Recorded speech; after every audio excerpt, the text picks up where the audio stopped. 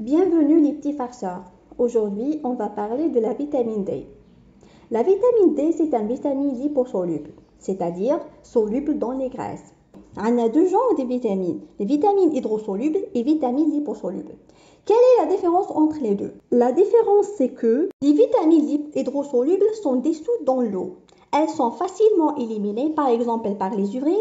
Elles doivent être régulièrement renouvelées. Comme par exemple, la vitamine D groupe B et la vitamine C. Ce sont des vitamines hydrosolubles. Par contre, les vitamines liposolubles sont solubles dans les graisses.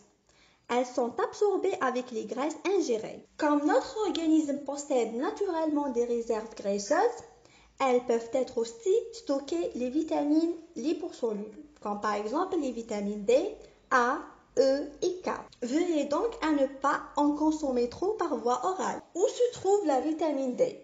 La vitamine D نلقاوها في جوج بلايص يا اما l'alimentation يا اما la synthèse. L'alimentation soit d'origine végétale, soit d'origine animale.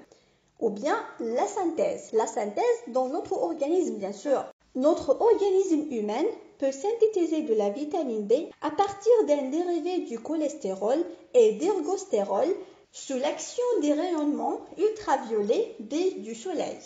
Expliquons en détail. Dans l'alimentation, les meilleures sources de la vitamine D.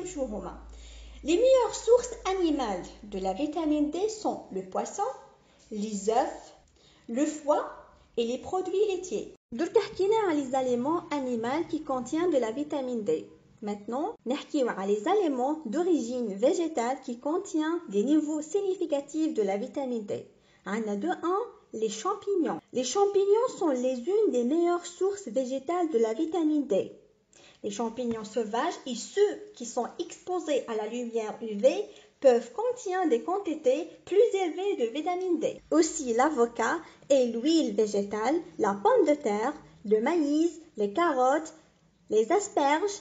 Donc, la vitamine D est apportée soit par l'alimentation, soit par la synthèse. Elle est synthétisée par l'organisme au niveau de la peau sous l'action des rayons du soleil.